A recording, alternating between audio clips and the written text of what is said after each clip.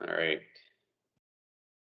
This is a quick little video to introduce you to a new measurement unit for angles, which is radians instead of degrees. And so the goal is to familiarize you with what the heck it is and why it's a really good idea to use it and know about it, why it exists, basically.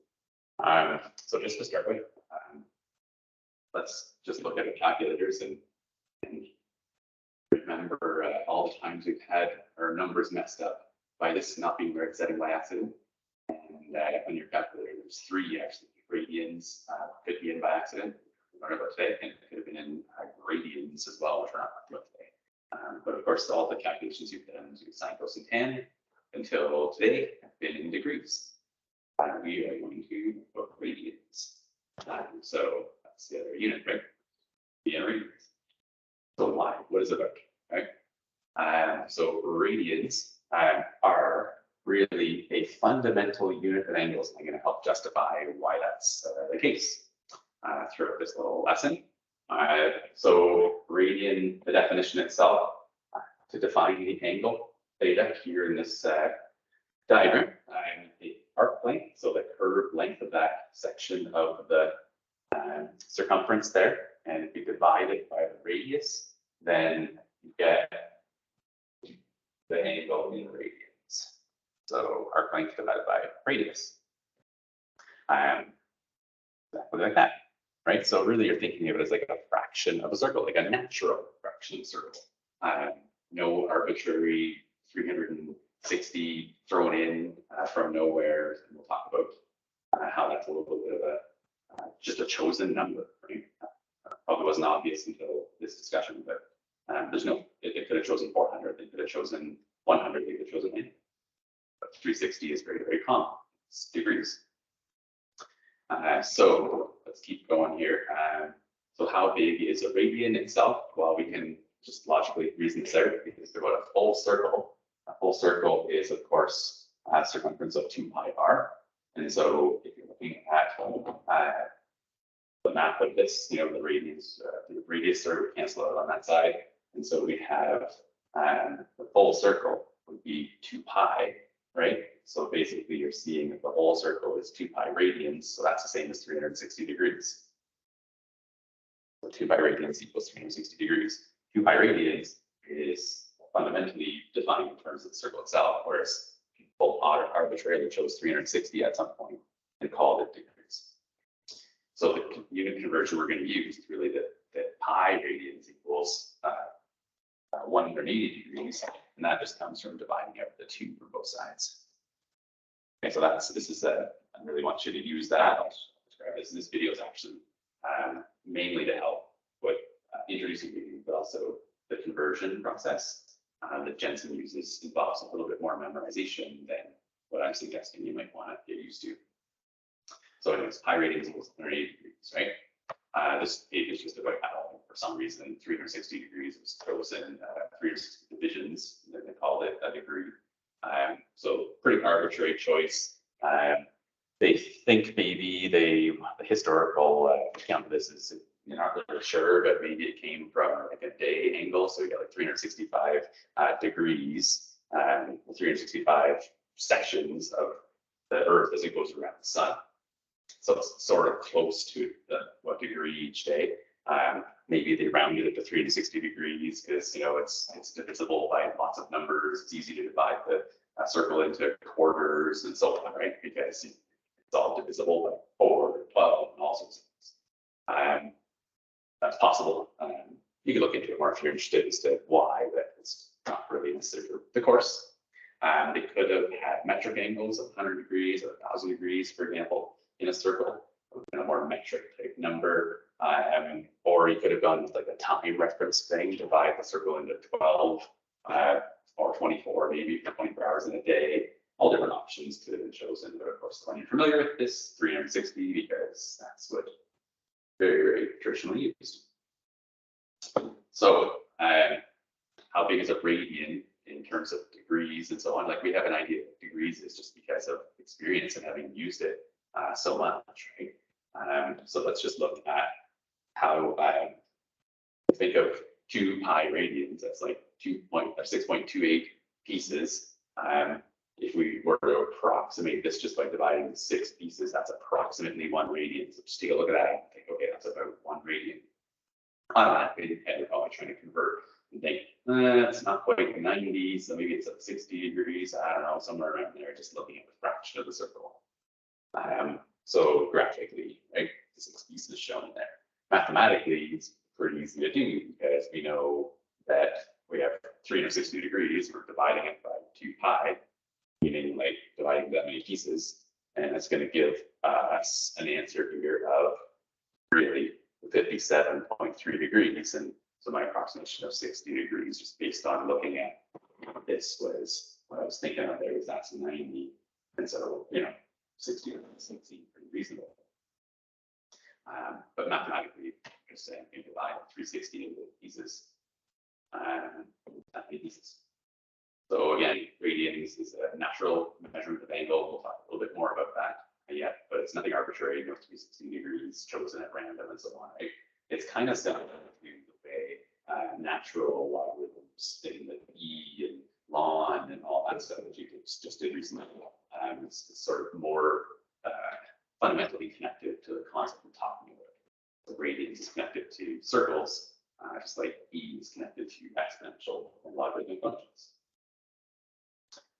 So working with something like this, if you're looking at what angle that is, angle x, trying to figure it out, well, in radians, you would just say, well, it's the arc length 7 divided by.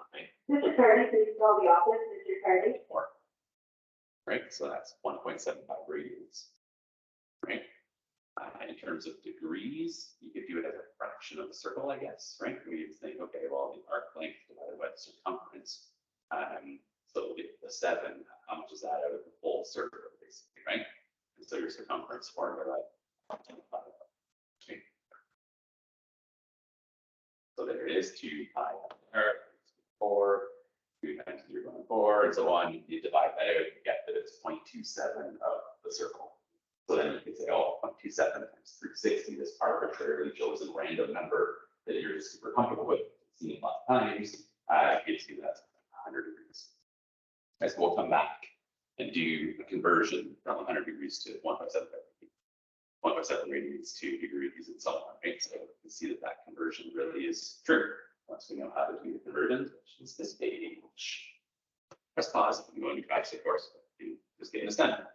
So the main conversion I want you to know is pi radians equals 180 degrees. You know that, and you can do any conversion between radians to degrees or degrees to radians, just like you do any other conversion. Hopefully, this is how you do conversions. The grade 9 unit certainly does this a lot. And so I like to point out that if you're trying to do a conversion from this way, then you're looking for like what multiple brings you from that number to that number. And the easiest way to do that is always just to say, well, it's your second number divided by your first number. So over here, we think of it as your second number divided by your first number. Second number that I'm ending up at is 180 divided by 120. So in other words, we're doing 180. Sorry, I said 120. Pi. Right, 180 divided by pi. So that's what you'd be multiplying there by there. So whatever number I have here, so some number, if it was like, I don't know, let's do 10 radians. Radians is my head number, right? So if it was 10 radians, I wanted to convert that to degrees. All I have to do is multiply it by 180 over pi. And so 10 times 180, like 1800 over pi, you can just get that as a number, divide. Right? In Jensen math, when you do the video next, you'll see that he says, oh, we'll switch from radians to degrees, multiply by 180 over pi. Right? And then he also says, oh, let's switch from degrees to radians, you got to multiply by pi over 180. I think what you could imagine is at some point in your life thinking, oh, which one was which? There's really no rhyme or reason to that.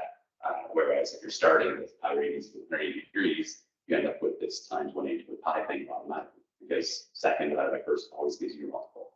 If you had $100 and now you have $200, you've doubled your money, right? Well, the second number was 200, the first number is 100. There's your double factor. It's second divided by first is always a very logical way to look at a multiple increase, right? So for this one, other is we're going this way, right?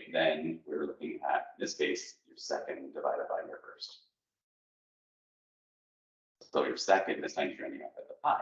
So we're multiplying by pi over 180. Right, so whatever number you want to start with here is something familiar, like 45 degrees. So the 45 degrees. The radians version of that, these are all going to become familiar over time, just like 3069, your common. You can visualize those. You want to start to visualize the radians equivalent as well. So we're multiplying for 80, right? So for now, we can just think of it as your answer would be 45 times pi over 180. And of course, the bottom, just as we don't need to, but we could simplify this down and see what that would become. That's going to be something we'll be doing very soon. So next step here, I guess we could do that easily enough, right? 45 and it gives you right?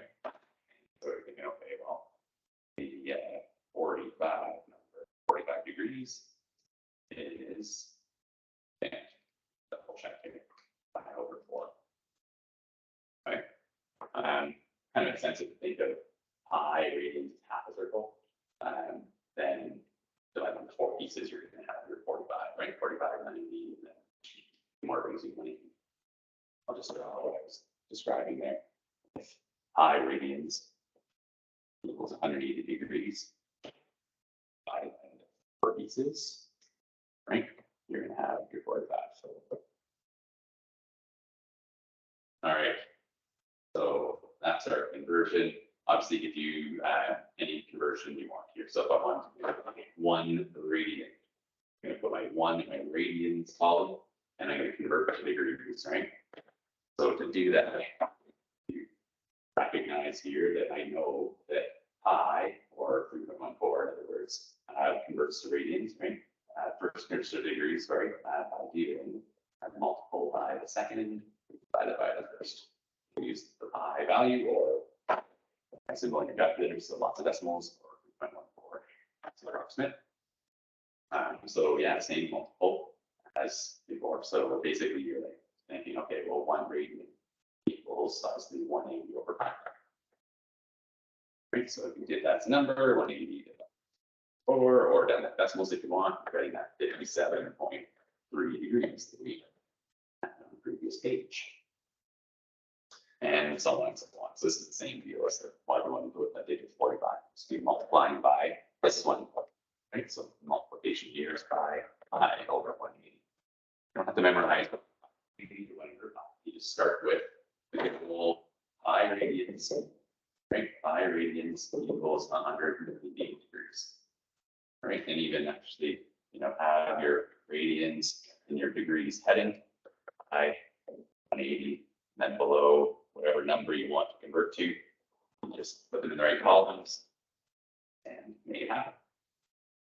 All right, so I'm just going to show you a quick little application question, but this application question isn't fundamentally using radians as a concept. It's just they're using radians to show that we can. It could have easily been done in degrees as well. So this isn't so showing fundamentally, Jerry's going to go through this very quick. Then I'll show you why radians is actually fundamental. So the London Eye Ferris wheel is a diameter of 5 meters, completes the revolution in 30 minutes. Given the angular velocity, number of radians it goes through, turns through per second. So I think they have here, it's just from a textbook or some sort of question answer for angular velocity. So we're going to convert to seconds first if you want per second, right? And they gave us annoyingly here in minutes. So let's find out that seconds, 60 seconds in a minute, so it's 18 seconds.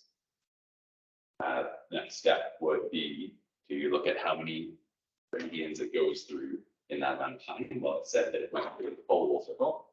So full circle leads 1 revolution. We just do 1 revolution. And so that's that right there.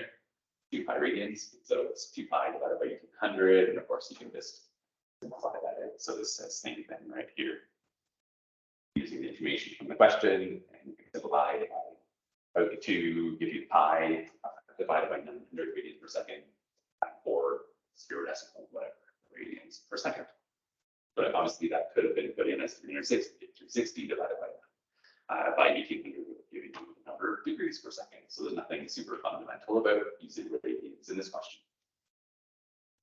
And then the other question was, how far do you travel along the arc? Right? Picture the Ferris wheel, and you're traveling in 10 minutes. You're in 10 minutes traveling from a certain. In 10 minutes, you're traveling a certain fraction of the circle, right? They're asking. So it says the rider moves along, but obviously the radius of 65. That comes from just doing the diameter by 2. And then the number of revolutions. They told us that it's 10 minutes. You're traveling, it takes 30 minutes the whole thing. And so you're doing 1/3 of a revolution, or 0.233 if you graph it. Right? So basically, you're just going to calculate 1/3 of the circumference. So it's not really that crazy. It's doing 1/3 of the circumference, 1/3 2 pi r. You see that. Right? But of course, like I said, you could have used degrees anywhere along the way here in this question. So just the last thing I want to show you, just to help understand why radius is going to be important in the long run, even though we're not totally using it fundamentally in calculus. The big thing in calculus is about getting slopes, instantaneous slopes. So you're going to learn calculus, the derivative gives the slope at any instant along a function.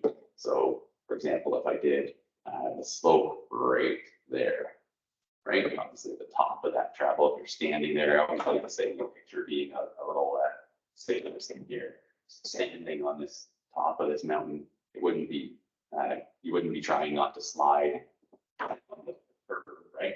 Because there are flat top, so like 0 slope there, so the derivative would be 0 at that spot, and some other spot along the way.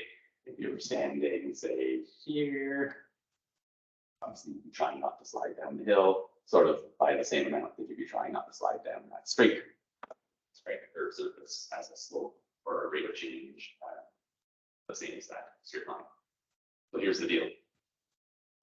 The only way calculus in the derivative process that gives you slope, the only way that gives you slope, correct value for slope, is if you are working in radians. Okay. The reason for that is because radians is the fundamental unit for circles, and if you're changing this, see how you go to 2 pi for a full circle, like 2 pi radians. The only way to make this graph be in degrees is to artificially change this out to this artificially or randomly chosen 360 number. So that changes the run of the slope, but it doesn't change the rules, which makes the slope value different. Okay, so degrees doesn't work properly, automatically. We can do a conversion, of course, right? Make it work, but it's just not the fundamental units for circles. Right? Yeah.